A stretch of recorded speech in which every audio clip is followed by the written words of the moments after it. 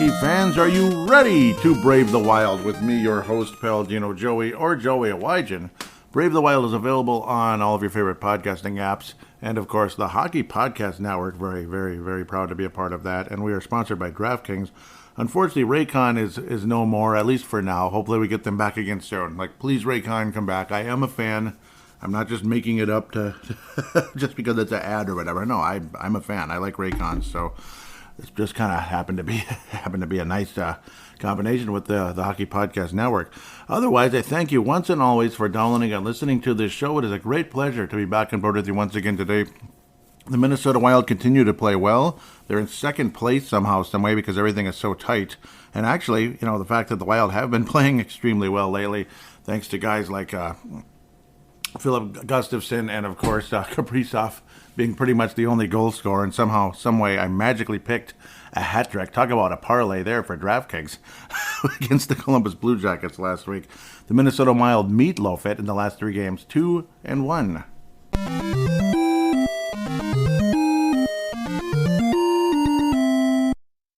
Awesome week. Minnesota Wild continue to play well and even got a point versus Toronto. So 5 out of 6 points. That's why the Minnesota Wild are in second place. Unfortunately, breathing down our backs right now, breathing down our neck, breathing down our back is the Colorado Avalanche, and they're 2 games behind. And this with Cale Makar and Landeskog on IR. Cale Makar hasn't played a single game this year either, by the way. Or excuse me, Cale Makar. Landeskog has not played a single game this year. So my apologies for that. Colorado 1 point behind, so obviously no time to relax. Luckily, Calgary is quite a bit behind if you're thinking of missing the playoffs somehow, some way. So the Wild's chances of making the playoffs significantly better than they were a mere week ago, and especially about 2 weeks ago when the Wild were really struggling. We were actually out. So it's amazing how things can change quickly, believe it or not. Sometimes you're in a situation like, say, if you get behind, it's almost impossible to catch up. So Calgary probably not going to catch up, and might see a coaching change there. As positive as things looked last year when Sutter got there, doesn't look so good now, unfortunately. It's too bad. Sometimes it's just, I don't know, maybe a guy's too old school. And in the video game world, I guess that would be me. I'm too old school for a lot of you. Not everyone, certainly. Vegas Golden Knights continue to remain in first place, this and that. So this week's show is going to be similar to last week's show, where I'm going to be a bit more topical per se, and of course all the different trades and all that. It's fun to just get into trade deadline. So again, a very positive week for the Wild. Gustafsson has been incredible in the net. We'll jump on the games for sure. A frustrating 2-1 loss in OT at Toronto, but the fact you got a point out of it does make you feel pretty good, and it's just amazing to see both teams are second place clubs, Toronto and Minnesota. Though Toronto probably considered a significantly better team at the moment, but 2 great goalies, 2 like a pitcher's duel. Seems like that's how it is every time Filip Gustafsson's in net, as the Wild have a hard time scoring for the most part, and Gustafsson's just been unbelievable. He's been an ace, no doubt about it. Brandon Duhaime, another goal. Nothing pretty or anything. Got a deflection off of a defender and into the back of the net past Samsonov. Otherwise, the Wild might have been shut out in the game. So, scary thought there. Against this elite offense, though, for Filip Gustavsson to stop the 24 shots he faced. But also the fact the Wild kept Toronto to 24 shots on net. That deserves recognition. Very, very nice. Guys like Boldy continuing to be invisible. Greenway, what a big shocker. Though he would actually get an assist this week on Ryan Reeves' goal, which was, one of the more entertaining goals, no doubt about it. looked like he was playing badminton or tennis, but hey, it worked. And the patience, that's what made it feel more like badminton. But of course, when you're watching it in slow motion, that's when it looks like badminton. Goligoski continues to play. Good for him, but of course, that's because John Merrill is out. Adam Beckman continues to be scratched. Sam Steele, of course, hasn't played in a long time because he wasn't doing very well. Dakota Mermis did well in the time he was out there, but generally speaking, and a lot of people would probably rather see him than Goligoski. But if John Merrill's not available at times, then it is what it is, or someone else is not available. That's just how it goes. Former Minnesota Wild Jordy Ben in the Toronto press box, so to speak, the scratch box, the press box, blah, blah, blah. Mason Shaw continuing to get action on that entertaining, solid fourth line. And Brandon Duhaime, again, getting a goal off of the defender and off the back of the goalie. Basically, they're behind the back of Samsonov, has been an incredible goalie for the Toronto Maple Leafs. Ryan O'Reilly's been a nice addition, but luckily for the Wild, we were able to shut them down pretty nicely and squeak a point out in the game. Now let's try to move forward if humanly possible. See, the less I babble, the better for everybody. I have to say, in the more topical conversations. And of course, if I get the heck moving as well, because the clock's ticking in my world, unfortunately. Minnesota Wild started off flat versus the Columbus Blue Jackets, unfortunately, and they score. They take a 2-0 lead by midway through the game or so. Did the Blue Jackets, which was, obviously quite frustrating. You just felt annoyed watching the game, like, why are we losing 2-0 to the Columbus Blue Jackets? Fleury, actually, again, in this role of playing maybe one every two or three games versus, he's the one with the advantage, per se, like 2 out of 3, 2-1, 2-1, 2-1. He seems to be playing better now that he's more of the, like a backup that plays regularly. I think that's a perfect role for Marc-Andre Fleury in this current situation. And Elvis was in the building, which a lot of us thought, okay, let's start scoring some goals. The Wild put 44 shots on net against Elvis. Again, I'll just call him Elvis. The last name's a little bit tougher to pronounce. It's not quite Presley or anything. Okay, Merzlikins. That wasn't too hard, but I probably mispronounced it. Royally mispronounced it. But he's a very forgettable player, unfortunately.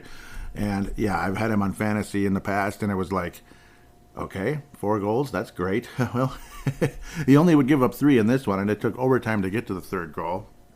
But that's when Kirill Kaprizov, during the course of the game, said, enough's enough, let's get this done. And also, Dean Evison continued to say, hey, we're leaving you out there because you're the one getting it done for us.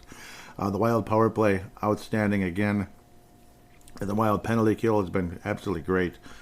Deeply appreciate what they've been able to accomplish during the past several games. It has been incredible where the Wild's penalty kill has dropped to. Let's see, I'll catch up with that in a little bit. Probably in the previews. I don't know why I clicked on these buttons here. I apologize. I'm just messing myself up here. But generally speaking, Kirill Kaprizov getting the job done when it matters, getting aggressive, attacking that net. He had 8 shots total. Several shots that, obviously he even blocked some shots in the game. Several shots on net. Wound up with a hat trick, as I did predict. As again, the Wild down by 2. Kirill Kaprizov gets actually 8 shots on goal. 8 shots on goal, but obviously more shots that didn't count, unfortunately, because they weren't on net. Obviously either blocked or missed or whatever. So a total of 13 shots attempted. But again, an absolutely dominant performance. Highlight level goals, like just the release on his shot. Again, so beautiful. One of them off of the face-off. That's the one that tied the game up. The first one was just, again, kind of grind it out, getting close to the net, that forecheck and all that, attacking the net and scoring at the end of the day. But the second one was just a quick release off of the face-off, which was so awesome. And the Wild ended up scoring the goal. Joel Eriksson, quick release off the shot, of the face-off. It was like a split second, a couple of tic-tac-toe plays there for the puck to be released. With 6 minutes remaining, tying it up, getting one past Elvis. Again, crazy that the Wild were able to get that many shots on that against Elvis. He actually had a pretty respectable game, to be quite fair. And it's not like he's a bad goalie. He's just having a bad season, I'd have to say. And the play in front of him hasn't been good. They're completely selling off in Columbus. Nashville's definitely selling. Chicago, well, they traded Patrick Kane. I believe Jonathan Toews is still there at the moment. And at the time I'm recording this on a typical Thursday, the trade deadline is not ended yet. So, we'll talk about any other trades that could happen between now and then. Though I think a lot of the ammunition is long gone, unfortunately. We'll see, though. The Minnesota Wild still have some trade chips that we may end up moving in the next few hours or so, like another day. But the highlight of the game absolutely was the overtime goal. Not just because it was the game winner, not just because it was Kirill Kaprizov, but because it was the best goal of the game by far. The way Zuccarello kind of quietly came into the zone, it was so cool. Just kind of with just a few seconds remaining in overtime, it was about 30 seconds or so. Ends up getting the puck to Addison, who then slid it to Kaprizov. Perfect timing. Who Addison, it looked like he was going to put a shot because he was just one-on-one with Elvis, and next thing you know, there's Kaprizov all by himself. Beautiful play. Kaprizov ends up scoring, and it was just perfectly timed because Kaprizov wasn't going to be open for long. It was just a split second, and was able to finish for his 37th goal of the season. I'm going crazy today, and I apologize. A lot going on behind the scenes. Hopefully, it's good at the end. 37 goals, though, for Kirill Kaprizov, getting that natural hat trick where it's 1-2-3, leads the Wild to a comeback victory over the Columbus Blue Jackets. And it's not going to hurt us giving up a point to the Columbus Blue Jackets because they're in the Eastern Conference and they're not going to make the playoffs. So we were just in a giving mood. That's why we went down 2-0, and that's why we just kind of took our time to score and win the game. But ultimately, no, it's actually the fact that this offense has vanished off the face of the earth for the most part. Despite the fact our power play is still very respectable, to be quite fair. 7th in the NHL, 8th in the penalty kill, because we continue to stop everything on the penalty kill, which was one of the worst in the NHL. In fact, it was the worst for a stretch early in the season. But the goals for stat continues to drop. The Wild are now 25th in goals for, 170. Goals against 7th because, again, Filip Gustavsson just continues to get better and better and better and better and better. 2.06 goals against average. That's number 2 in the league. He might be a Veneza candidate. He really might.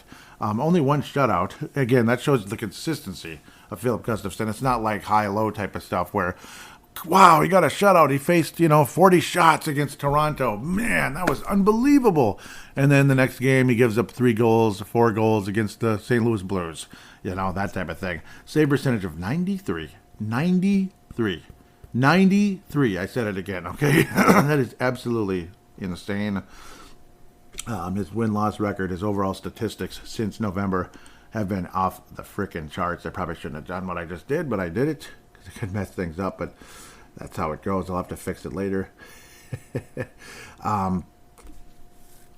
Since November, his goals against average has been under 2.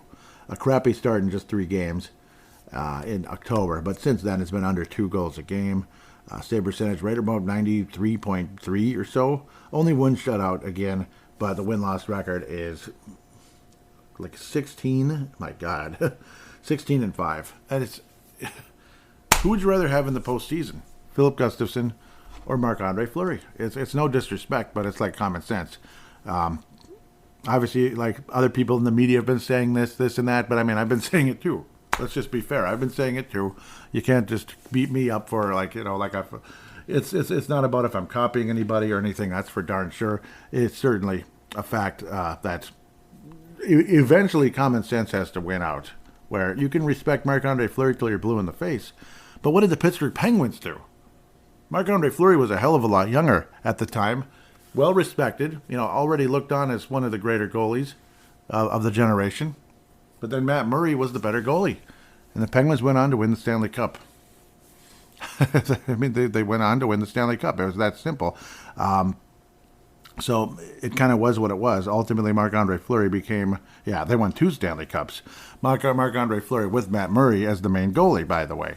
Marc-Andre Fleury went on to the Vegas Golden Knights, taking them to the Cup Finals, but at the end of the day, couldn't stop the Capitals, unfortunately, and neither could the rest of the team. The Capitals just kind of were on a mission that year.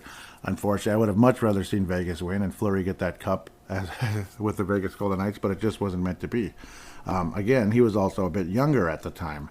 Eventually, it just kind of is what it is, and there's nothing wrong with an older guy like Marc-Andre Fleury being a backup, being a good, respectable backup. Even Mike Vernon, who won the Stanley Cup with Calgary, was a pretty damn good backup at times later on in his career. He was a damn good backup. So eventually the time was up and it was time to retire for Mike Vernon. Absolutely loved what he could do for so long with Calgary and other clubs, obviously, along the way. Funny to think he was a member of the Minnesota Wild for a short time, a very short stretch during the expansion draft, and then wound up back with Calgary again in a trade. I can't remember who the Wild traded for in that one. But obviously it's so long ago, and I haven't looked at it since basically back then, so it is what it is. I think it was a player that actually was on the Wild for a time, so it's nothing too crazy to imagine, I suppose. But amazing run again by Filip Gustavsson. I don't even know why I'm even getting into Gustavsson at the moment, because I didn't even talk about the New York Islanders game yet. That's where he really shined even brighter than anything else. But in a lot of ways, see, like DeHame's basically miracle bounce magic bullet goal doesn't happen. The Wild get shut out versus Toronto. Ryan Reeves doesn't have that beautiful badminton-like goal. It was like badminton because you're waiting for the puck to come down. Again, in slow motion video, it was a little bit faster in real life and in real time, so to speak. But Still, he had to wait, which is what, again, showed his experience and all that. Had to wait. Obviously, he scores on the high stick. It's not going to be a goal. And the Wild possibly gets shut out again, one way or another. Maybe we win in a shootout. After a goose egg to goose egg, you win 1-0 in a shootout, which wasn't a natural goal. But it was a nice one, and it was nice to see Greenway finally get an assist, which is like his first in like 500 years. Pathetic numbers by Jordan Greenway coming into the New York game. Just staggering. 1 assist in 23 games. 23. And did you notice I didn't say anything about goals? I don't even understand how that can happen. How January 7th, he got an assist, Jordan Greenway. January 7th, he got an assist versus the Buffalo Sabres in a 5-6 loss. And then it's just 0, 0, 0, 0, 0, 0, 0, 0, 0, 0, 0, 0. He got an assist on February 28th. He did it. He did it. Miracles happen. Yeah, well, he got an assist on February 28th. Marco Rossi, as we can call him now. Hopefully, I'm guessing people are going to stop with saying it as Rossi soon, but we'll see. Maybe we won't. Maybe it'll be just like Granlund instead of Gronlund. Who knows? But we'll find out sooner or later. But Marco Rossi and his 1 assist in 16 games, obviously frustrating, but it's the beginning of his career. It's just funny how it's like, you had Greenway still here, this and that. We'll see if he gets traded. We'll see if we get a 7th-round pick for him. I don't know. I think you could get a 5th, honestly. The Sharks do have interest, and and during the weekend, sometimes my mind just stops because I start focusing on other things like DoorDash, believe it or not. Yes, nothing super fun, but nothing super bad either. It's not like bad. It's easy money sometimes. But so I was listening to the show rather than like necessarily paying attention to updates and such. But I first heard it on the Crease and Assist show, Derek Velska and Kalisha Townsell talking about the Sharks having interest in Jordan Greenway, and that made me smile ear to ear. And I had to comment on their show, so definitely check that out. That show, the show where they're going to mention my questions, hasn't come out yet, at least that question. But yeah, not that it's about me, it's about them. It's an awesome show, and because it's definitely not about me, no. An awesome show, and them talking about the Sharks having interest in Jordan Greenway. They're like for what? For like a 7th-round pick or something? It was kind of like that, but hey, it's like an opportunity. Hopefully the Sharks are interested. Hopefully the Sharks do acquire Jordan Greenway. It's an interesting situation in San Jose. Erik Karlsson hasn't been traded yet. He is having an insane season. After a few mediocre, oft-injured years, and then he finally was able to stay healthy. And last year, Erik Karlsson started showing signs like, oh, he's starting to look like Erik Karlsson again, but maybe a little bit lesser version. He's getting older now, and he's had so many injuries, and then this year he's having like a, better than Brent Burns type of season. That was the original vision with San Jose, to have 2 elite defensemen, but I don't know, a lot of the other guys had gotten old and all that, and they weren't the Stanley Cup final type of team they were before, unfortunately. In fact, not even close. And the goaltending stunk, too. And it still stinks, unfortunately. So, that trade, obviously, there hasn't been a Erik Karlsson trade yet. So, the Ottawa Senators made a trade, and unfortunately it wasn't for Matt Dumba, it was for another defenseman. We'll talk about that in a minute. But now that I've been babbling, actually probably even more than normal, but it is kind of topical conversation. New York Islanders again, the Minnesota Wild able to get the job done. Incredible goaltending by Filip Gustavsson off and on throughout the game. Another game where it was a pitcher's duel, but this was definitely Gustafsson's best game of the season, and even you even heard that from the coach, and I don't think there's any doubt about it. You also heard that Kirill Kaprizov had his best game of the season in Columbus, or versus Columbus, pardon me. But a very entertaining game versus the New York Islanders in terms of like just great goaltending. Not entertaining in terms of offense and scoring. Horvat, incredible in the center circle. He won 14 out of 17 faceoffs. That's absolutely sick. Wild could use something of that. That would help with the puck possession possibly. Zach Parise looking for a little revenge, but he also often got a ton of shots on goal in the past anyway. Had 8 shots on goal in the game. Zach Parise, remember that guy? With the New York Islanders playing third line. Had his moments, but ultimately the Wild end up keeping the New York Islanders at bay for the most part, other than Josh Bailey's goal in the game. The Wild end up surviving in the shootout, and Freddie Gaudreau, again, a hero in that one. Freddie Gaudreau was more of the a GOAT, not the GOAT, a GOAT versus Columbus. There's a big difference. Greatest of all time or GOAT, like you blew it, versus Toronto with the turnover that led to the overtime goal by Nylander. So that's just how that goes, unfortunately. But Gaudreau's like about as valuable in the shootout as there is in all of hockey. He's been insanely clutch, and Gustafsson's been incredible after that one crappy shootout a few weeks back where he gave up 3 goals. This last few, he hasn't given up one. Knock on wood. So keep it up, Gustavsson. He's now good at everything, and hope he continues to be. He's been outstanding. We'll see how much money he ends up getting in the off season, and hopefully the Wild are able to keep him long term. I would love that. Just signing Filip Gustavsson long term is not a stupid thing. It's actually a good thing. Okay, so I better keep moving. I was going to go over the trades. The really quickly Mike Modano Award winner is Filip Gustavsson. Strong honorable mention to Kirill Kaprizov, but Gustavsson I thought was, he is saving the day. But obviously you could give it to both of them, and I think I will.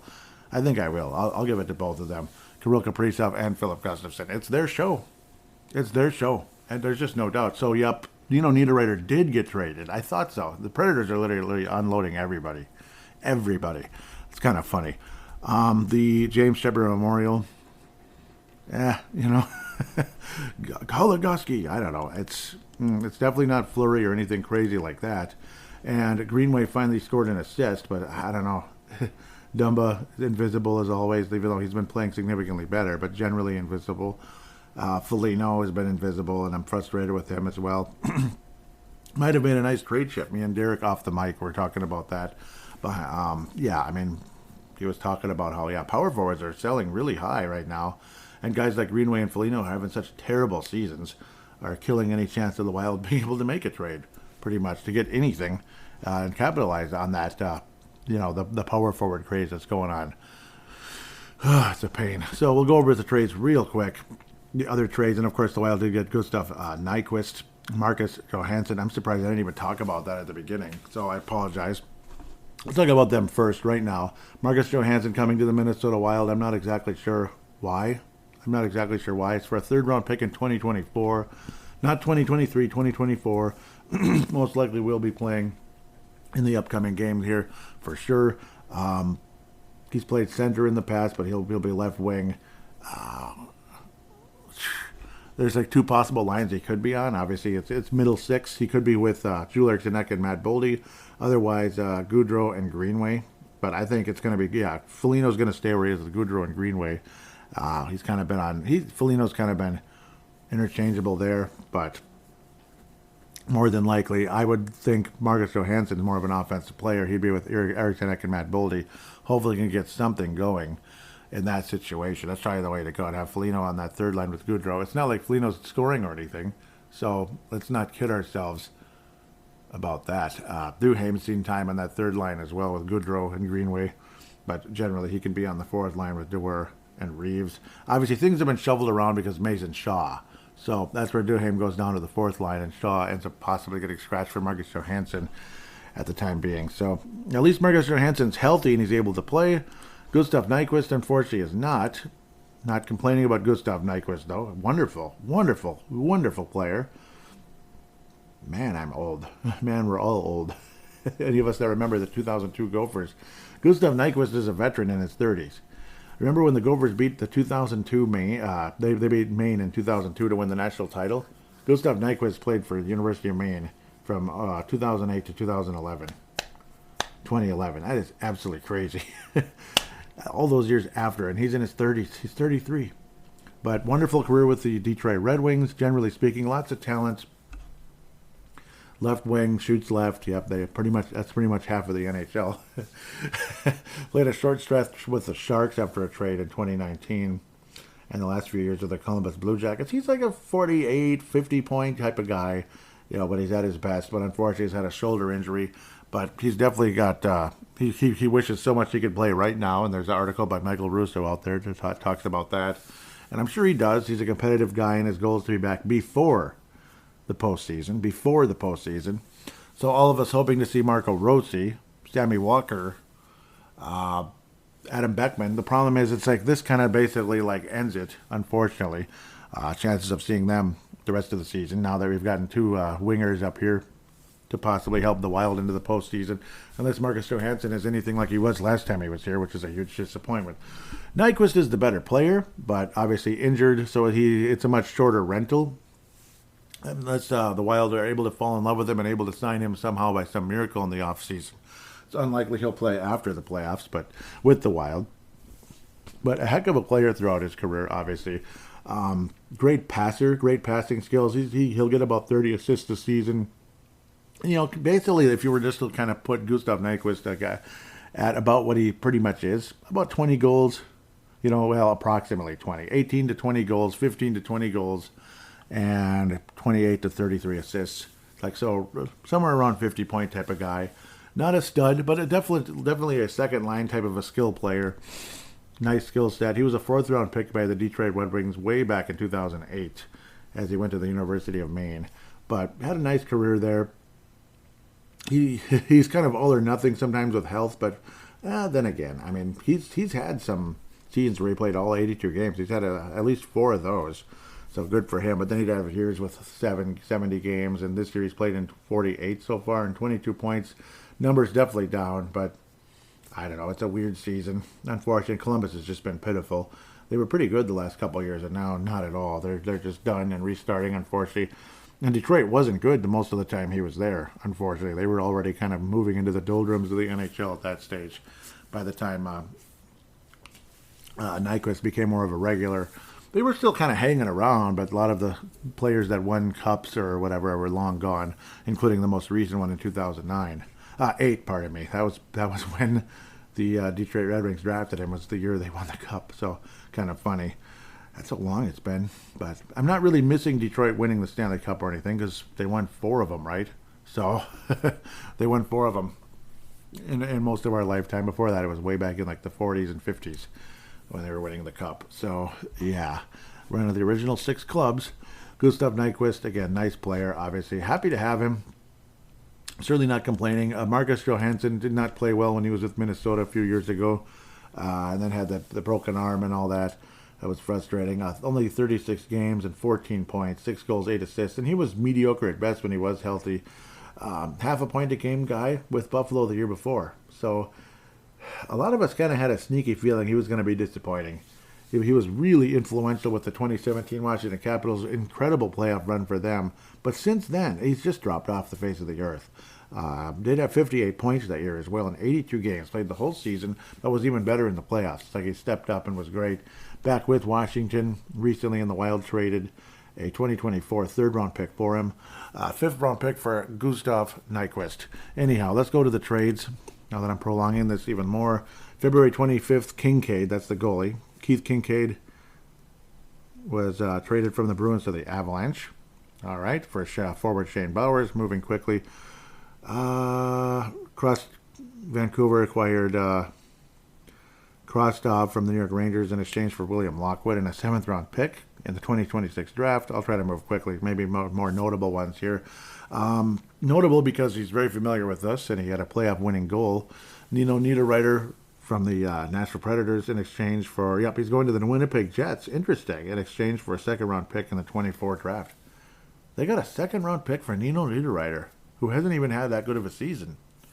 A 2nd-round pick for Nino Niederreiter. Next year's draft, though, but still. Interesting.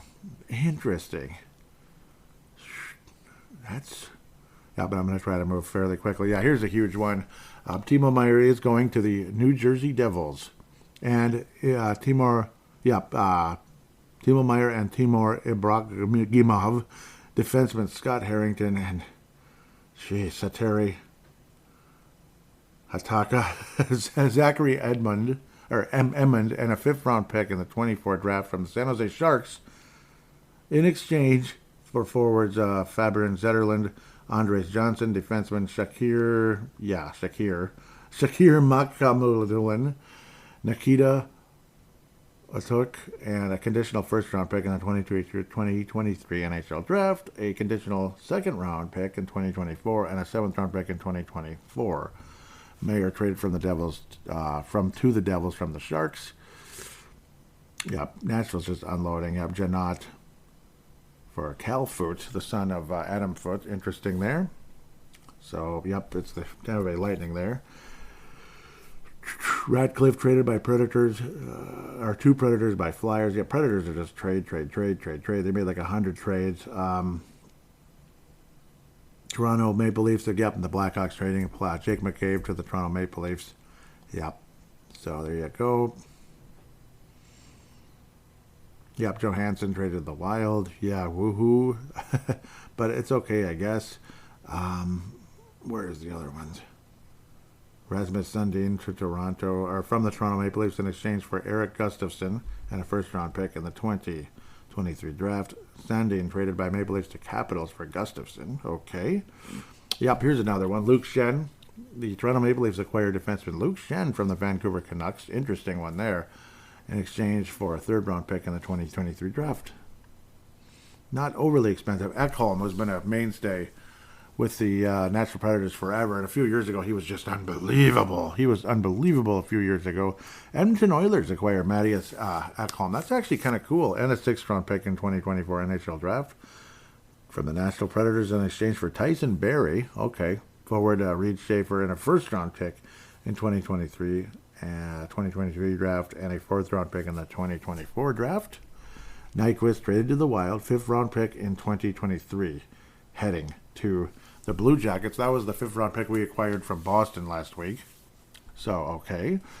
Patrick Kane going to the New York Rangers. Patrick Kane is going to the New York Rangers. Defenseman Cooper Zach from the Blackhawks in a 3-team. Yep, yeah, he's also going there. 3-team trade that included the Arizona Coyotes, so it makes it facilitated this one. The Blackhawks receive Andy Welinski, a conditional 2nd-round pick in the 23 NHL draft, a 4th-round pick in 2025 from the Rangers, and defenseman Vili Sariovi from the Coyotes. Coyotes also acquired a 3rd-round pick in the 25 NHL draft. Interesting. Jonathan Quick traded to the Blue Jackets. I'm sure he's real happy about that. After all those years with LA, traded to the Blue Jackets. What the heck? With the 1st-round pick also headed to the Blue Jackets in exchange for defenseman Vladislav Gavrinkov and goalie Jonas Corpusalo. Pardon me, I know who that is. Yeah, he played against us just recently. Obviously, he's a pretty decent goalie. Heading to the Kings to help there in the goaltending situation. Understandable, because yeah, Quick definitely took a step down this year. It's probably his last year in the NHL. Hopefully he was okay with that move. Carolina acquired Gatsbeher from the Arizona Coyotes in exchange for a 3rd-round pick. Nice. Jacob Chychrun, that's the big one. The Ottawa Senators acquire Jacob Chychrun. Ottawa Senators acquire Jacob Chychrun in exchange for a 1st-round pick in 2023, a 2nd-round pick in 2024, and a 2nd-round pick in 2026. So all basically draft picks for Jacob Chychrun, which was not cheap. 1st, 2nd, and two 2nd-round picks. A 1st-round pick and 2 seconds. Interesting. Those are futures, though, when it comes to picks. The 1st round is this year. And, yep, nice for Arizona to get more picks. Nice move for Ottawa, though. Interesting, and unfortunately, the chances of the Wild trading Matt Dumba to Ottawa now have definitely dropping off, because Chychrun's in a heck of a lot better place right now. Any more super notable ones? Yep, Mikhail Gronlund traded to the Pittsburgh Penguins from the Predators for a 2nd-round pick in 23. Bertuzzi happened just this morning to the Bruins by the Red Wings. Tyler Bertuzzi, which some people thought the Wild might try to get him, but I don't know. Conditional 1st-round pick in 24 and 4th-round pick in 25. So there you go. That Tyler Bertuzzi on his way to the Bruins, who just got better. Patrick Kane and the New York Rangers just got a heck of a lot better. So with that, that's the end of the first segment. I apologize if it was a bit long, and I'll try to make the previews much more brief in the next segment.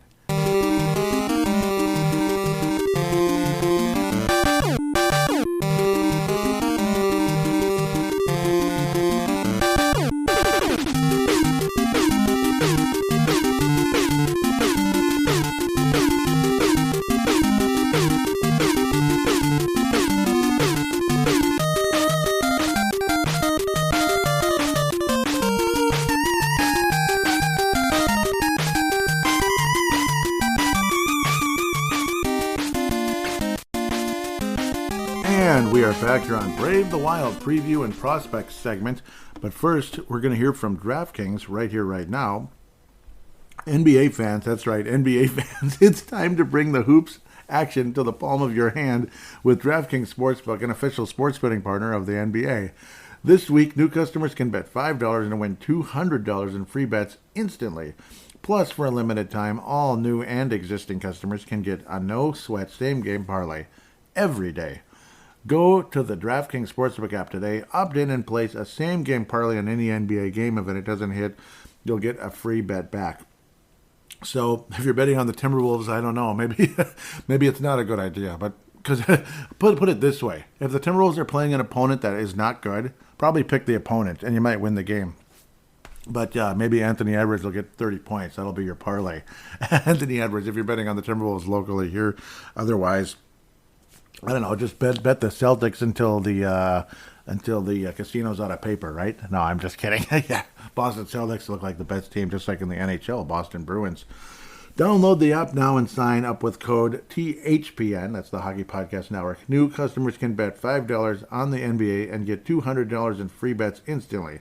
Only at DraftKings Sportsbook, an official sports betting partner of the NBA, with code THPN. Minimum age and eligibility restrictions apply. Void in Ohio.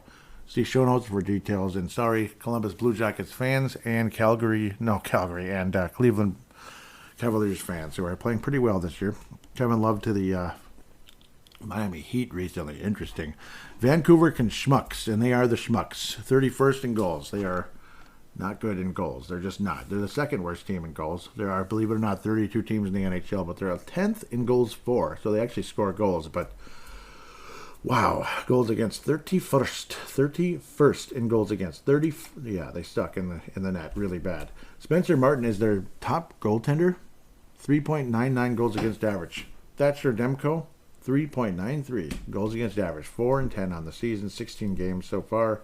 Spencer Martin, 27 games started, 11-15, actually kind of mediocre. Save percentage, 87 for Spencer Martin. Thatcher Demko, 88.4. You guys better win this game. Somebody named Colin Delia, though, goals against average of 3.51. What do you think of that?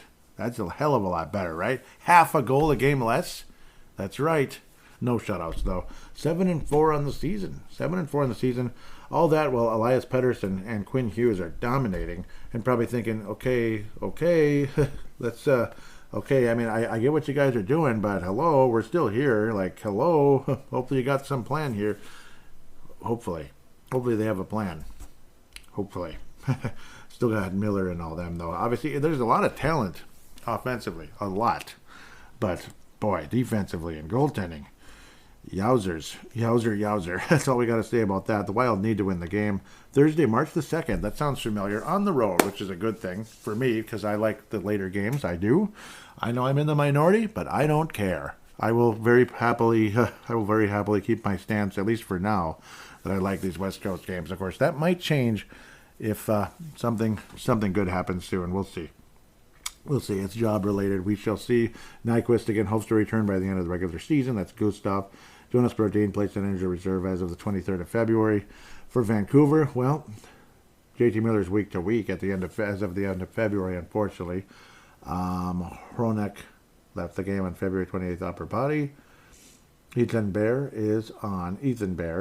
He's the bear of a guy. He's on injured reserve. Minnesota they're kind of like the opposite of us and a worse version of it, basically, is what Vancouver is. They score a lot of goals. They're 10th in the league. The Wild are 25th. The Wild are 7th in stopping goals. Vancouver 31st, which I said 60 times already. Sorry. Power play, the Wild are 7th. Vancouver's 11th. Penalty kill is 9th, I'll say. So apparently, yeah, our streak ended. Penalty kill is 9th now. And Vancouver is bottom of the barrel when it comes to the penalty kill at 32nd, only 66.7 goals, in stopping the penalty kill. Penalty minutes, Wild are 29th, Vancouver's 18th. Minnesota is 2-0 against Vancouver this year. We've already won the season series. Let's try to sweep it. 2 home games for Vancouver, 1 for us. Of course, 4-3 win in OT way back on October the 20th when we were gasping for wins at the time because we started terribly. And then a 3-0 shutout on December the 10th. Cool. I forget which goalie that was. Probably Fleury, because I know he has 2. Nope, it was Gustafsson. It was Gustafsson's lone shutout this season. So Spencer Martin gave up 3 goals in the game. Cool, that's what it was. Okay, it's just been a while, so please forgive me. Don't hate me too much for that one. The Wild had no scratches at the time. Interesting. But we'll move past that very quickly. The Wild need to win and should win and will win the game versus the Vancouver Canucks. 4-1. Wild win 4-1 over the... No, they're not going to win 4-1. Might be 4-3 because it's a great offense. Might be one of those again. 4-3, 4-2, 3-2 win. 3-2 win depending on how things go. 3-2 win. Wild win. Most likely guy to score for Minnesota. Kalen Addison's going to get a rare goal. And it's going to be against the Vancouver Canucks. Hopefully Kalen Addison can get that. Obviously, he's more of an assist guy. Sam Steele was playing good at the time. And Connor DeWer was playing super well at the time, getting one of his shorthanded goals. And Matt Boldy had a power play goal in the game. So a lot of interesting anomalies there, including Gustafsson, who had his only shutout on the season, despite the fact he's like, Vanessa candidate. There's no doubt. Now I play the Calgary Flames twice. One of my favorite teams in the league, of course. Calgary, I've always been a Calgary fan. Not British Columbia, that was Vancouver. Now we're in Alberta on Saturday. 9 o'clock again, 9 o'clock, Saturday night. Fun. I love, especially Saturday night. You get a 9 o'clock game. I like that a hell of a lot better than 1 o'clock on Saturday. It's like, come on, you think I got nothing better to do at 1 o'clock, but 9 o'clock? Yeah, now we're talking. Sit down and have a brewski watching the game at 9 o'clock. Ain't nothing like that. It is the most relaxing, fun thing there is. I mean, I love that. Oh, I love that. Let's do it. Calgary Flames have been dropping off the map. Unfortunately, the Wild are still in second place. Hopefully maintain it. 3 points ahead of the Dallas Stars, which sounded unheard of not too long ago. But thankfully, as bleak as things looked, thankfully we were still fairly close. Michael Stone is an injured reserve. Oliver Klington. Yeah. So, interesting thing going on there. With Visa, I suppose. 15th in goals is Calgary. 15th in goals against. They're kind of like right in the middle. Right in the middle. Power play, they're 20th. 14th in the penalty kill. 24th in penalty minutes. And the Flames lead the series so far. We're going to be playing them twice, which will wrap up the season series. Can the Wild come back and win this series against this struggling Flames team? It's a golden opportunity to bury the Calgary Flames, as a lot of people are saying. And, well, of course, if you're going to knock somebody out, you're going to make the playoffs, and you go head-to-head against a team that you could potentially be competing against to make the playoffs. This is how you do it. You beat them head-to-head. Is it going to be a split? Probably. It's probably going to be a split, because that's just how it is. It'd be nice if the Wild come out and beat these guys, but I don't know. As to what happened to Jacob Markstrom, I have no idea. Last year he was elite. He was a star. Calgary looked great. They had that incredible series of the Dallas Stars, and it took them 70 shots to finally, 70-plus shots to finally beat the Oettinger of the Dallas Stars.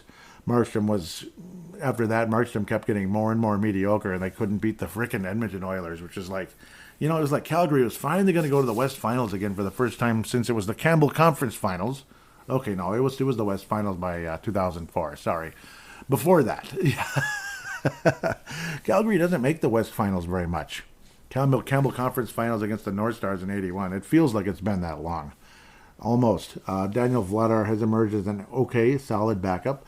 12-6 record. His record is better than his overall numbers. I mean, 2.9 goals against average, save percentage 89.4. Markstrom is getting paid well and was so good. But now he's starting to look like Markstrom of Vancouver again, with a high, goals against average in the high 2s and save percentages hovering around 90. In fact, 88.7 is putrid crap for what he is supposed to be. And then last year he was like the best goalie in the league until the playoffs. And then Edmonton started scoring goals. It's like, dang, look at Calgary. They scored 9 goals. And then Edmonton just kept scoring and scoring and scoring. It's like, okay, can you like stop? Can you tighten the hinges a little bit? Like, come on, guys. And it just kept getting worse. And Markstrom kept getting worse. And he hasn't really been the same since. And I don't know. You can tell it's disappointing. Boston and Calgary, what a sweet Stanley Cup final that could have been. But Boston beat Calgary 4-3 recently. Maybe I'll try to stay away from the recent games, but maybe the most recent one, yep. Beat them 4-3 in overtime very recently. Entertaining battle. Toronto-Calgary coming up. That's fun. I like Canadian hockey, damn it.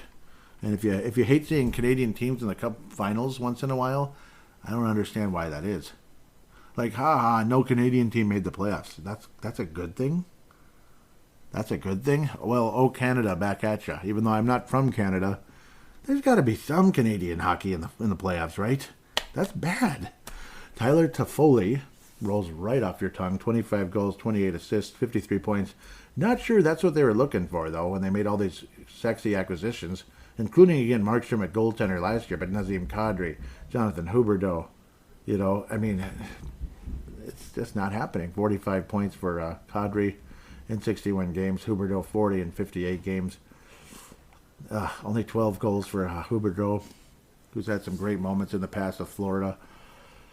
Something's not happening, and of course the way that Mr. Sutter is not handling, not Sutter, Sutter is handling the young guys in Calgary. I've heard a lot of rants and frustration. But I think the Wild split with the Flames, I do. Because it's just, when have the Wild dominated Calgary? Like the first season, 2000, I think we dominated Calgary. They were last, and we were like second last because they were putrid around that time. A couple years later, they were in the Cup finals, and we weren't, basically. Let's just leave it at that. Calgary's been a thorn in our side for all eternity, unfortunately. So it's just reality. Reality setting in. The Flames did win 5-3 back on December the 5th. It was a pretty good butt kicking, unfortunately. 5 goals. 5 goals. Was this when Gustavsson was considered just a guy, or was he already starting to? Yeah, it was Fleury. And Vladar got the win there, one of the wins for them. 3 assists for Elias Lindholm. So, I don't know. I think Calgary wins the one in the Saddle Dome and the Wild win in Xcel Energy Center because it's a home away thing. Scotiabank Saddle Dome. Excuse me. I don't want to leave out their huge sponsor there. Scotiabank Saddle Dome. Calgary wins, unfortunately. Final score 3-2, something like that. 3-2. Maybe it goes to shootout and the Wild squeak out a point, which is okay. But either way, the Wild do not get 2 points. The Wild maybe squeak out one versus Calgary, which would be really big, actually. If you lose, at least you get a point out of it. But shootout, overtime type of thing. Calgary wins 4-3. 4-3. I think it's going to be higher scoring affair. Come back to the Xcel Energy Center on, for the season wrap-up. You quickly go into the season wrap-up a couple days later in Xcel Energy Center. Both games will be, well, I guess every game is ESPN Plus for the most part, except for the TNT games. This is on the 7th of March, thankfully. Getting closer and closer to spring here. The Wild will win this one. I can see well, this might be Fleury. Maybe this is going to be going reverse. Because I can imagine Gustafsson being in that versus Winnipeg, at Winnipeg. Because this is a back-to-back. Well, either way, I think the Wild split. Who's to say Fleury can't have a good game against Calgary? He didn't last time, unfortunately. But I think he's going to be in net for one of these games. Either way, I think the Wild split with Calgary. 4-2 win in this one. Maybe switch it with the other one. I don't know. But I believe the Wild do not win on the road in Calgary, but win at home. That's just my guess. The Wild almost never win in Calgary, ever. So that's how I'm seeing it. 4-2 win, though. Home win versus the Calgary Flames. If it's Fleury and net, that's fine. Maybe it's 4-3. It's a higher scoring one again. But it's going to be, it probably is going to be something like that. Kirill Kaprizov. No, Matt Boldy has 2 goals versus the Calgary Flames. Breaks out of his slump with a multiple goal game. 3 total points. There's your same game parlay for hockey. Wild win 4-3. Multiple goal, 3-point game for Matt Boldy. Now we get to talk about the Winnipeg Jets a little bit, who just acquired Nino Niederreiter. Woohoo. Mikhail Granlund's off to the Pittsburgh Penguins. Kind of cool. Kyle Connor leading the Winnipeg Jets in scoring with 67 points, 27 goals, 34 goals over Mark Scheifele, 20 assists, so he's got 54 points, low on the assist total. Dubois, who was an addition a few years ago, 22 total points for him in 60. Did I say 22? 55 total points for him in 60 games. Good job, no doubt about it. The goaltending, Connor Hellebuyck, has had some great runs there. David Rittich has had less of a, he has less of a role there versus Calgary, and he's doing better. 2.47 goals against average. In fact, you might even sign him on fantasy if you're really desperate for a goalie. It's pretty good. No shutouts, but Hellebuyck has 3 on the season. 2.52 goals against average. Save percentage of 9.22. Awesome. Nino Niederreiter's already played his first game for the Winnipeg Jets. Christian Raquel, son of Robert Raquel, former Calgary Flame star years ago. Winnipeg Jets 19th in goals. Why am I on the wrong page here? I apologize. Let's fix this real quick. This is again a back-to-back. I'm guessing Gustavsson will be in net for this one. Pierre-Luc Dubois out for the game on the 28th, but I'm sure he'll be back. Cole Perfetti out at least 8 weeks, so he's probably not going to play against the Wild. Out at least 8 weeks as of February 21st. 19th in goals in Winnipeg, 7th in goals against, so they're just like us in that sense.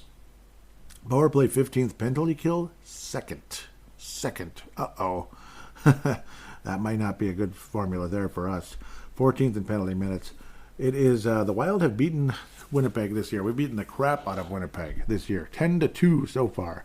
Unfortunately, this one's in Winnipeg, Manitoba. Happy 45th birthday to my brother already. 45. I turned 44 in July.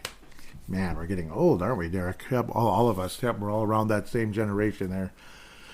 Generation X, Nintendo, Sega Genesis, Super Nintendo, you know, that generation, maybe some Atari when we were real young, you know, one of those. And television, yeah.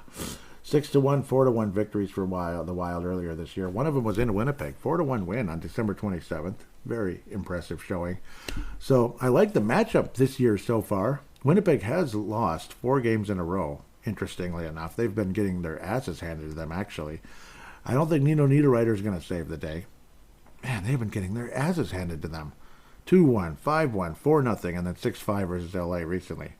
So hopefully the Wild can continue to beat the Winnipeg Jets. I'm going to step out in faith and say the Wild beat the Winnipeg Jets. In fact, we're doing better than they are right now. They've dropped way down. Well, they're 2 points behind us, but technically 4th place in the division.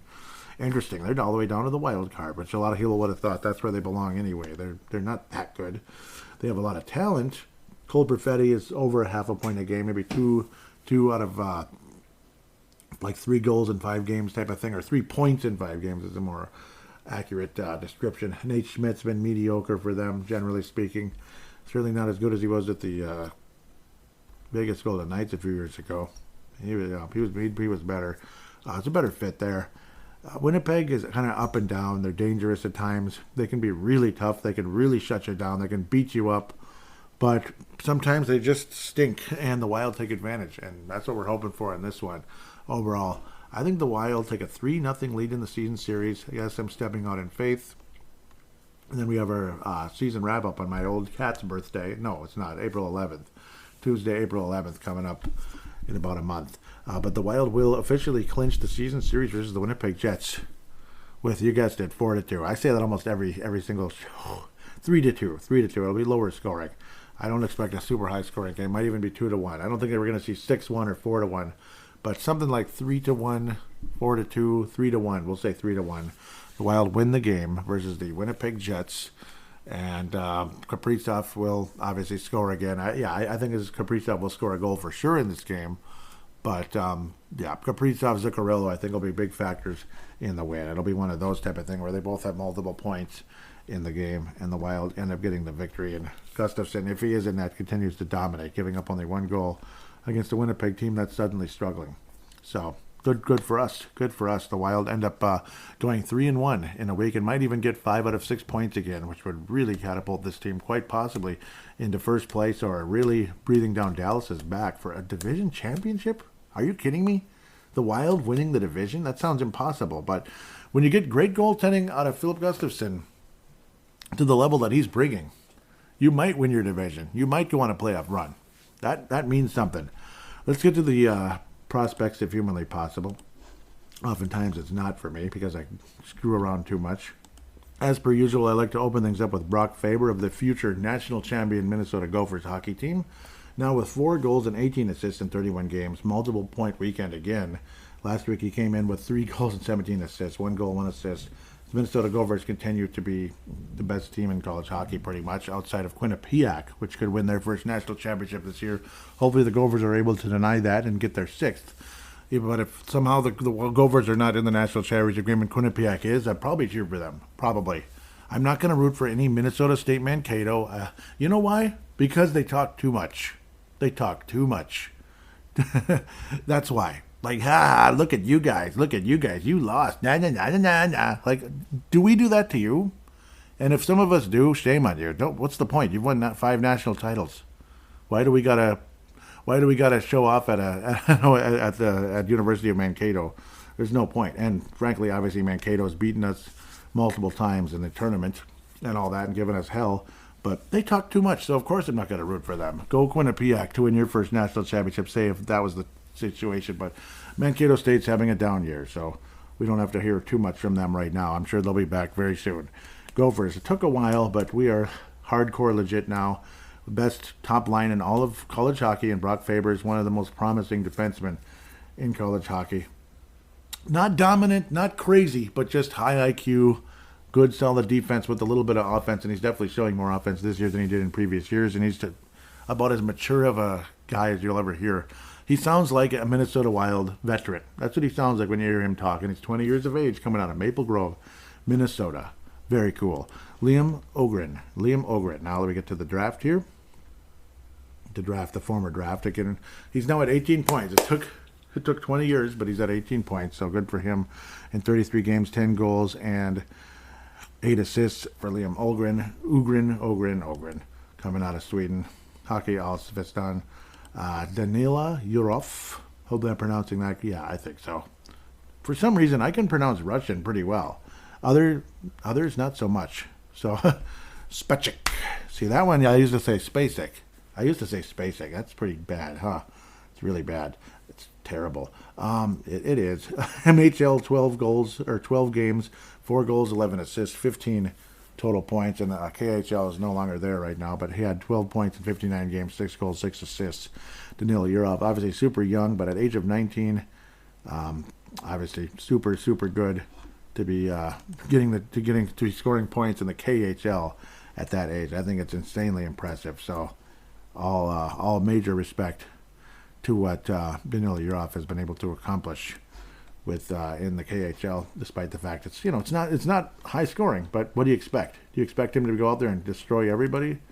Who's Nadinov again? No, unfortunately, no more points in this one. 63 games played now, 11 goals and 30 assists, and of course an elite skater, really strong defender. But now he's showing serious offense. Whereas just as recent as last year, he only played 32 games. Of course, had that injury.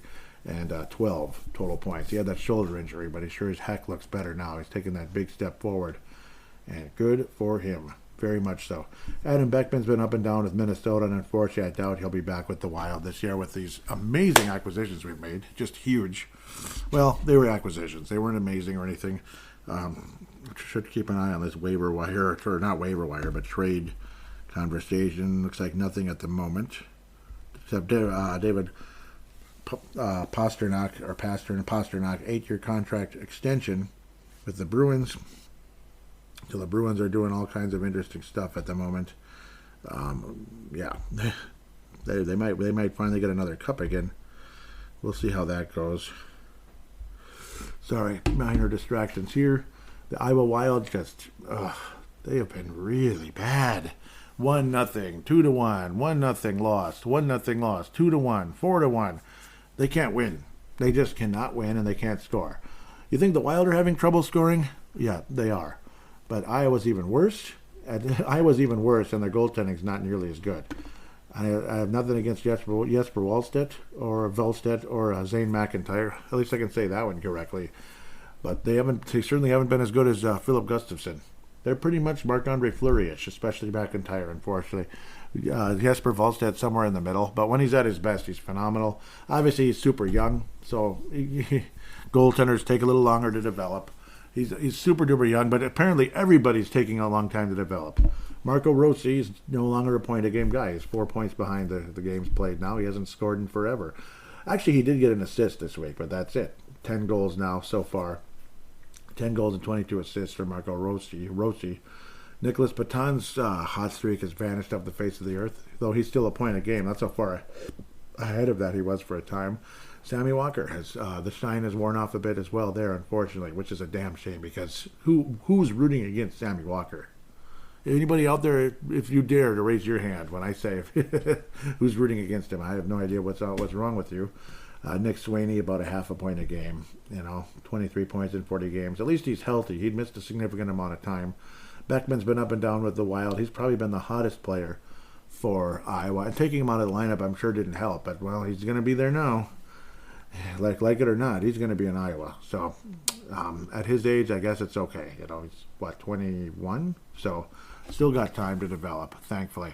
Sammy Walker's 23, though. So, like how they say, Brandon Duhaime is kind of like secretly older, or he's quietly old, or whatever the word is, deceptively old, despite the fact he just got to the NHL. So, this could be a similar situation to Sammy Walker coming to the NHL someday. But Iowa has been awful. Awful. Okay, let's hear from the Twins manager talking about how Iowa's been lately. It's fucking awful in every possible way. That was Rocco Baldelli chiming in on the Iowa Wild situation lately. So, sorry, I had to do it. It's the way it is. So, the clock's ticking. I better get moving. Yeah, it is what it is. I'm up against the clock, unfortunately, in some of these mornings, and that's just a harsh reality of life that we all face. Yeah, Brian. Yeah, I don't even need to get into some of the Iowa players. They haven't been scoring at all, and they haven't really been looking.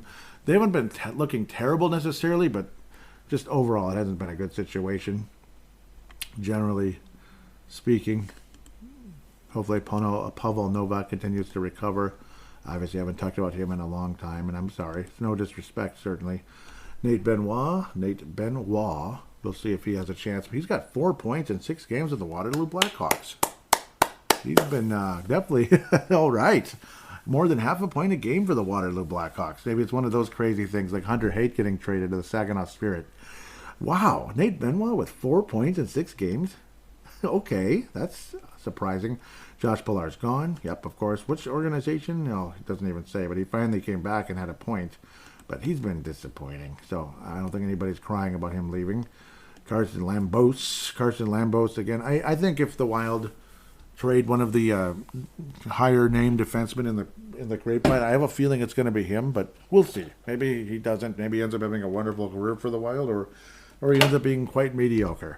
But 44 points in 50 games, he's behind last year's pace, which I don't think anybody wanted, but he's behind last year's pace, at least in offensive scoring. Probably looking to play a little better defense, which I suppose, but I don't know. Nobody's really flying off their chair about Carson Lambos at the moment. Jack Pert has certainly taken a step forward. His plus-minus is much higher than last year, from 5 to 13, and he's at 23 points now in 17 games, with 21 assists versus 15. Still at 2 goals, of course, but looking to get into the college tournaments here now, so very exciting for college hockey fans, including myself. Kaden Bankier steps forward this year, no doubt about it. Significantly less games and has already eclipsed last year's point total at center for the Kamloops Blazers. I really thought that Pilar might end up being the better of the two, but not true. Bankier, good job. The Wild took him higher than Pilar. 44 games, 30 goals. Amazing. 32 points. Great season for him. Kyle Masters, again, the guy that took that unbelievable step forward this past year. It's so cool to see this kind of thing happening to a guy that looked like he was a dark horse at best. And he's only 19 years of age. Of course, that's why he's in juniors. We'll see how he adjusts to the AHL possibly going into next season, as he will definitely be 20. Yep, he's turning 20 on April 9th. So we'll see how he adjusts to the AHL next year. Hopefully not the ECHL. I don't think so. Not with the way he's playing. A guy who in 65 games last year had 3 goals, 11 assists, 14 points. He was a plus 24, so that's good. The Red Deer Rebels.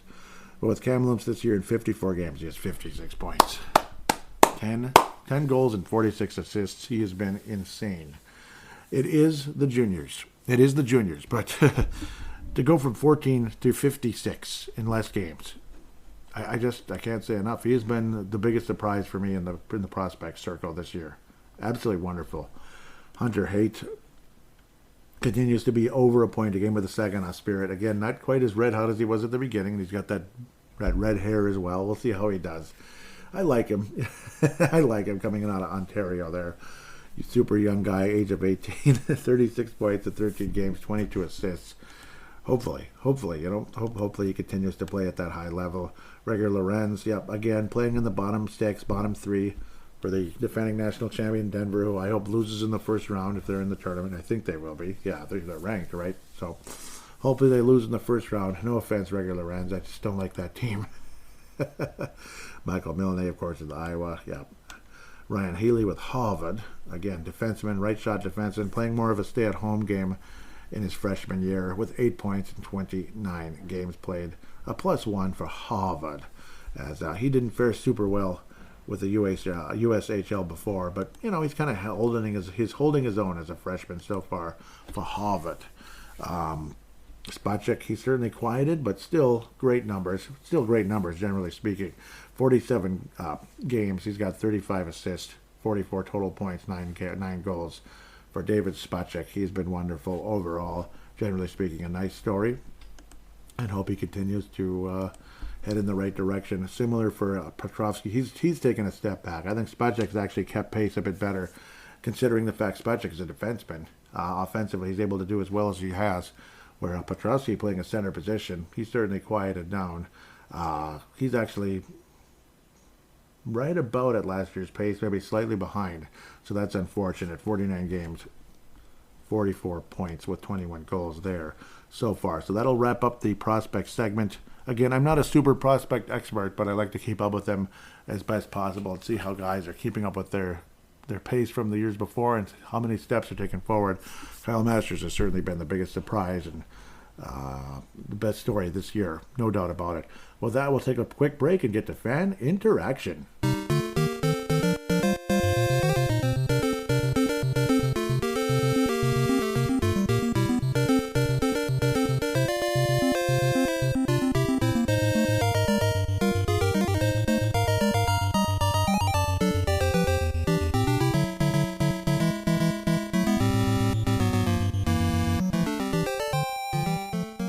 And we are back here on Brave the Wild. Unfortunately, no Raycon ad, but hopefully we'll get that back soon. Quick message from Derek. I hope he doesn't mind. Yeah, it's nothing like too crazy. He says, in my opinion, Foligno has almost been worse, simply, him versus Greenway, because I think most of us had higher expectations for him. We thought we'd see some regression, but he's slipped in a lot of ways. My guess is we'll hear he's hurt some way. But who knows? Yeah, he has been a huge disappointment. There's just no doubt about it. But remember, hashtag BTWMN as we head into fan direction right away here. We're right away. Looks like Derek Felska has a poll up. I'm going to read this real quick. So the narrative being sold is the Minnesota Wild couldn't keep Fiala because they had to keep Boldy. This will probably be skewed given hindsight. But here it goes. If given a choice between Fiala or Boldy, who do you keep? That's a tough one. I'll probably go with Fiala.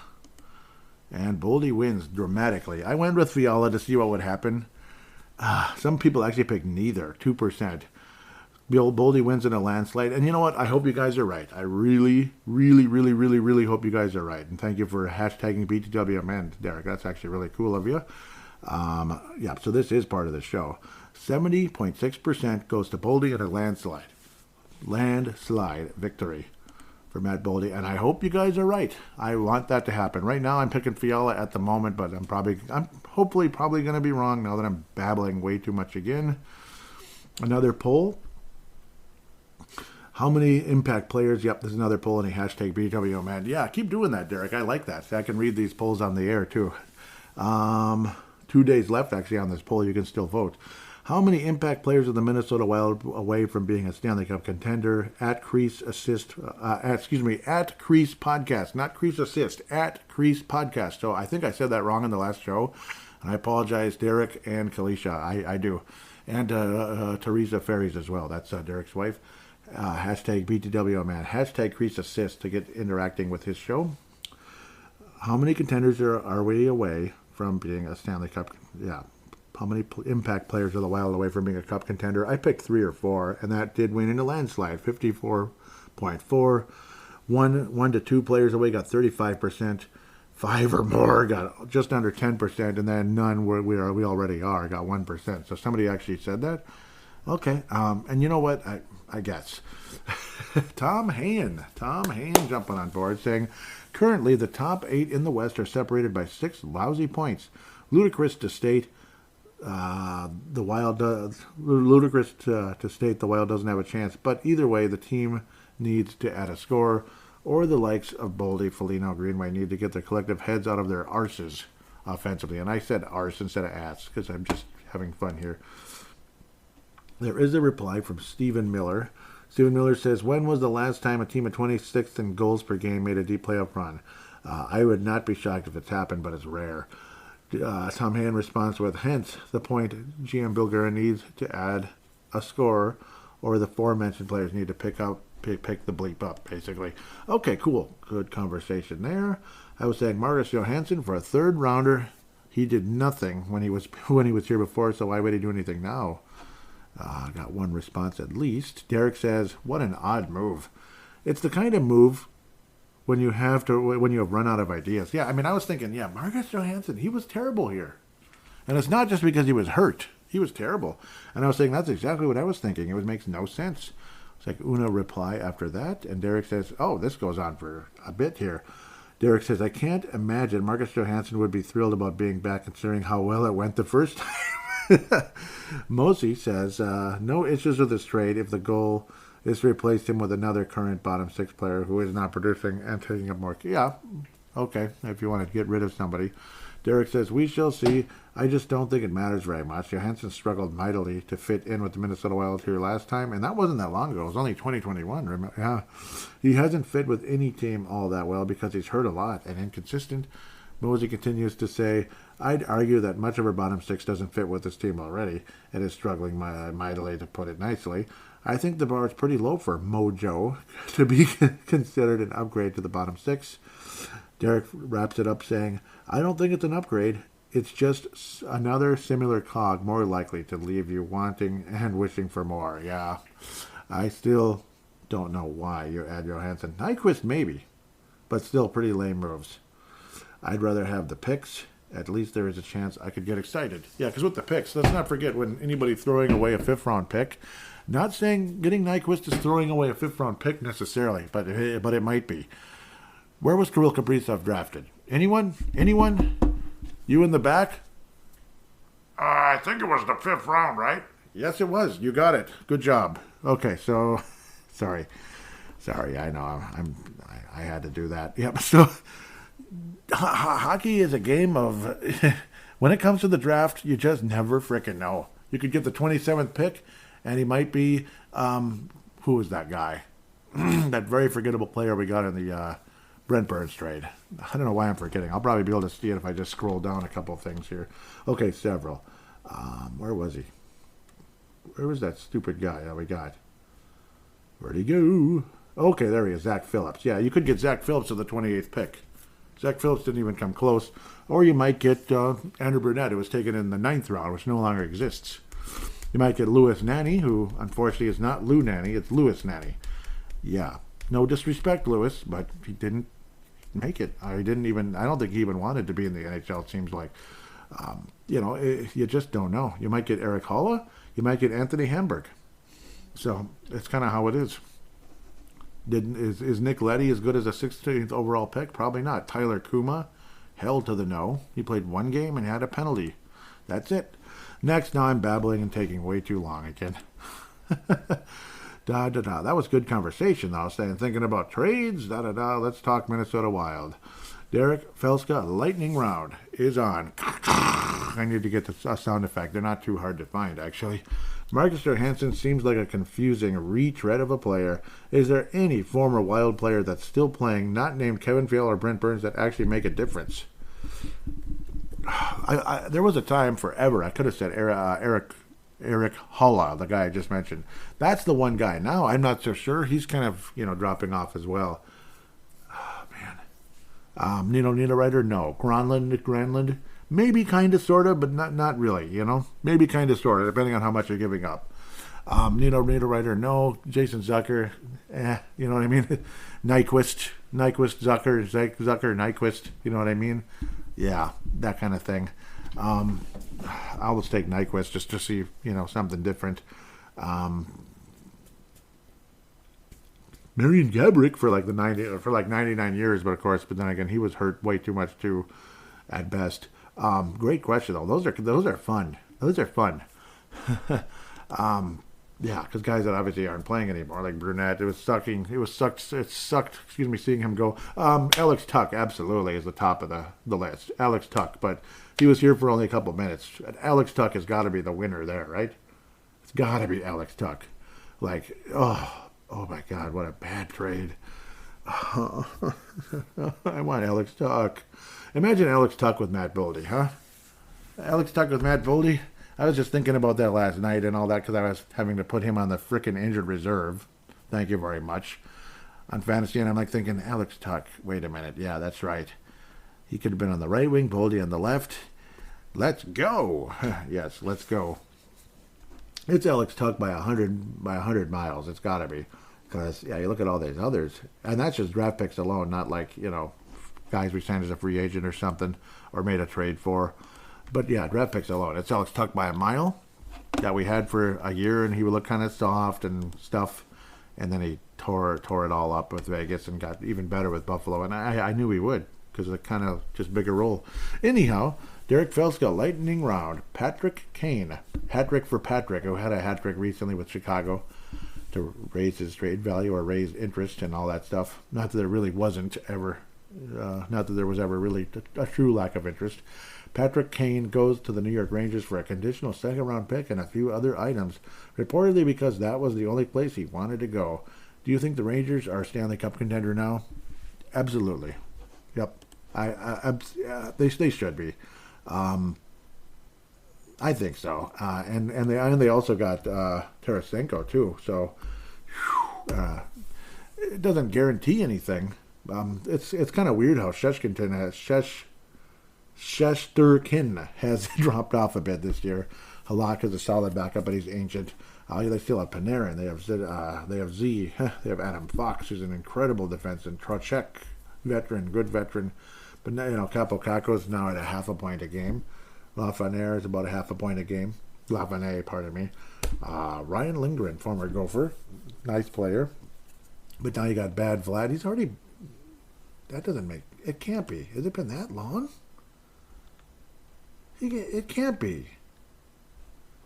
How long has he been? Has he been with the Rangers for 10? That can't be right. 10 games? That wasn't that long ago, was it? I guess. Jake Lecision, yeah, he's been unfortunately not so good. But yeah, Patrick Kane. I mean, I think they're a cup contender. Yes, they're third in the Metropolitan Division, but they are a Stanley Cup contender. They were very much in it last year. Yep, but I mean, obviously there's a lot of competition. There's 4 teams in front of them, and one behind them named Tampa Bay. And Pittsburgh just got Mikhail Granlund. You know that, right? So I'm telling you, they just got Mikhail Granlund. That pretty much wraps it up. Pittsburgh wins the cup this year. They're going to knock Boston out in the first round, and they're going all the way. Not. Boston is probably going to choke sometime, but I don't know. I don't want them to, but they probably will. I don't necessarily want them to choke, but they probably will. Okay, I babbled too much again.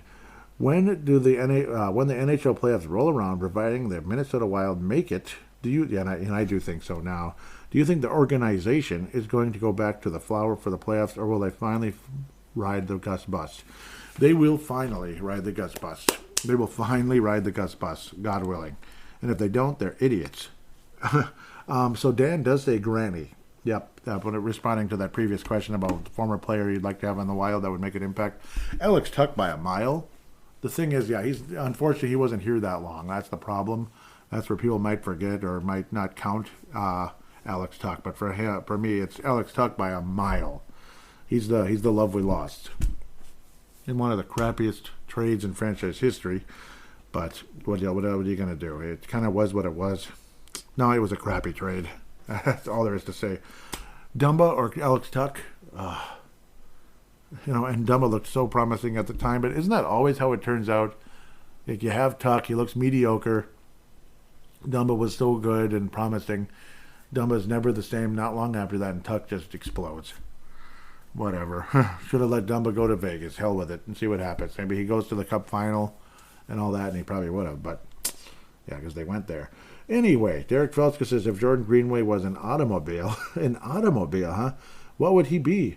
What would Kirill Kaprizov be? What would Brandon Duhaime be? What would Ryan Reeves be? Jordan Greenway would be one of the boy. He would be Jordan Greenway would be like a Pacifica, like SUV, where it has like no horsepower, even though it's a larger vehicle. The SUV, the Pacifica SUV. My friend Marcus had one of those not too long ago. Has horsepower like less than a regular car. That's Jordan Greenway. Kirill Kaprizov would be a Ferrari something, like the best Ferrari basically, like the top of the line Ferrari. I'm not a genius with some of those super sports cars, but like one of the top end Ferraris, a McLaren, something like that. Brandon Duhaime, he'd be like Brandon Duhaime would be like a pickup truck, like a nice Ford F-150, but maybe not. Maybe Ford, because sometimes Ford stands for fix or repair daily. So yeah, because he gets hurt sometimes and it's frustrating. Maybe he's like a Mustang because Mustangs used to be really annoying that way too. I used to see it that way. Like they can be exciting but can piss you off. Ryan Reeves is definitely like a Suburban, something like that. Kind of slow, but big and slow, but absolutely can get the job done. That type of thing. He's like a Suburban or a Tahoe or something like that. Greenway. Greenway's that Pacifica SUV though. Because I can't call him like a Geo Metro. That would be more like James Shepard, like a smaller guy. It just doesn't do jack crap. Or Marco okay, no. Marco Rossi so far this season in the NHL, yes. So far. But that's going to change, I would hope. More like Tyson Jost to be more like a Geo Metro. Duhaime, something like that. Something kind of like a pickup. Like a pickup truck that isn't like not an expensive one though, obviously. Like maybe a Ford Ranger or something like that. Nothing super expensive. But like an older Ford Ranger, kind of. Even though he's not old, but like, he's not high end. He's not expensive. Ryan Reeves would be like an old Suburban. Yep. Like that 89 Suburban my dad had forever that he sold for, I don't know, $6,000 or something like that. That's Ryan Reeves. We'll continue. That was kind of fun. That was an interesting change there.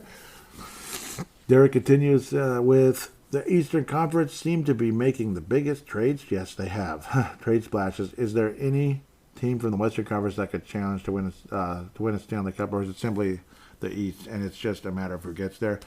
Probably it's the East. I mean, Vegas, if they can get healthy, I mean, obviously they're well coached and all that. Dallas is probably still the most dangerous team in the West, considering their goaltending and the veteran leadership and and you got Jason Robertson. So it's Dallas and Vegas easily. Dallas is probably the best team in the West still. Edmonton has Connor McDavid, who's got 100 million points this year, like absolutely off the charts. They have some okay players on that team besides him. Obviously, of course, Draisaitl's way beyond okay, but I mean beyond those two, the Jordan and Pippen of the NHL, or the Shaq and Kobe, or whatever you want to call them, of the NHL. It's more like LeBron and Wade, actually, but yeah, it's way up there. Because Connor McDavid's not as good as Gretzky, but still like way up there. And Draisaitl's well beyond Pippen. Well, when Wade was in his prime, and he was like a 30-point guy as well. That's kind of like that. And they have Ryan Nugent-Hopkins having a great year. I don't think they're a cup contender. It's Dallas. Dallas is the only team in the West, I think, that could possibly win the Stanley Cup, I think. I don't think Vegas will, and I don't think anybody else. Otherwise, it's the East. The lightning round. This is a big one. Woo! And I like it. Not many teams are lucky enough to find Butch Goring at the trade deadline that helps propel a team to being a Stanley Cup winner. Which trade this season do you think has the best chance to be that kind of move? Okay. Oh, I wish I didn't close that. Damn. It might be the Patrick Kane move. It really might be the Patrick Kane move, I think, with the New York Rangers. That's probably the closest thing at the moment. I'm leaning that way. That might be kind of like the low-hanging fruit, and I apologize. It's not Gronlund. Bertuzzi to the Bruins from the Red Wings, I think, is another one, though.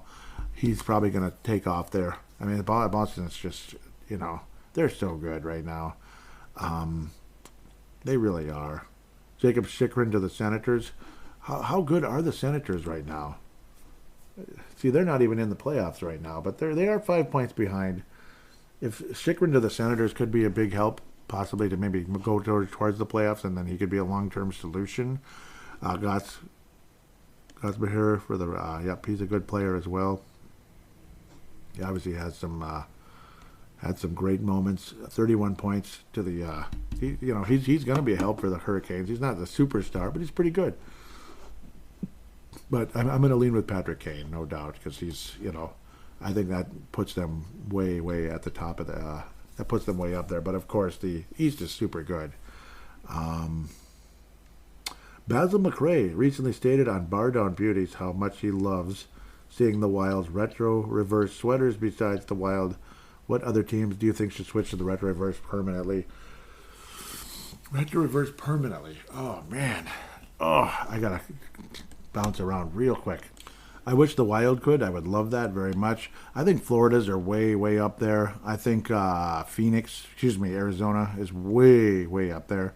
Teams that I would not is New York Islanders, even though it was an interesting rebrand, but and the Rangers, it's just, I don't know, Pittsburgh, I like because their current ones are more retro than their other ones. Dallas is way on the list. Dallas, yep.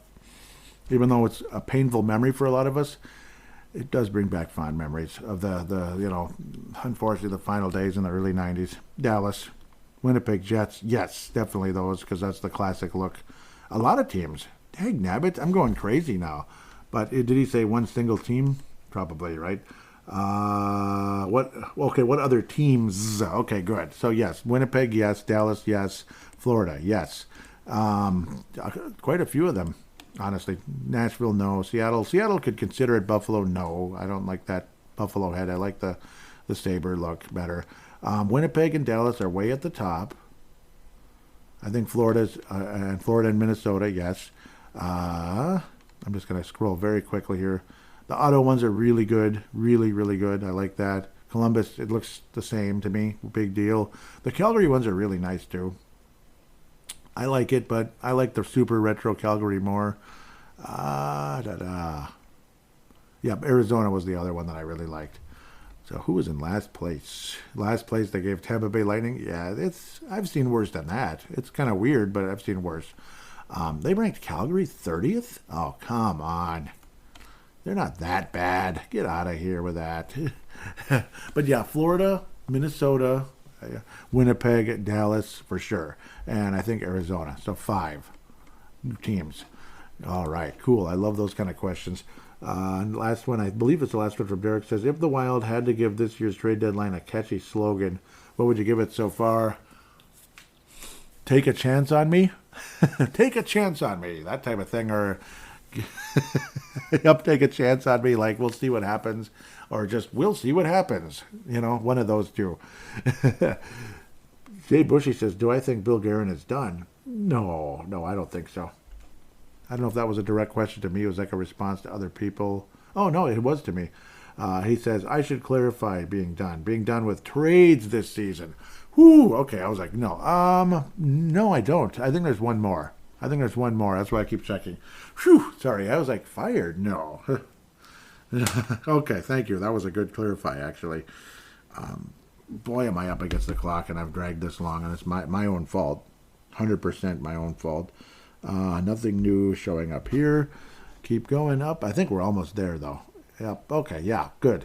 Good in a way. Obviously, love hearing from you guys, though. I love hearing from you. It's my own fault for taking so damn long.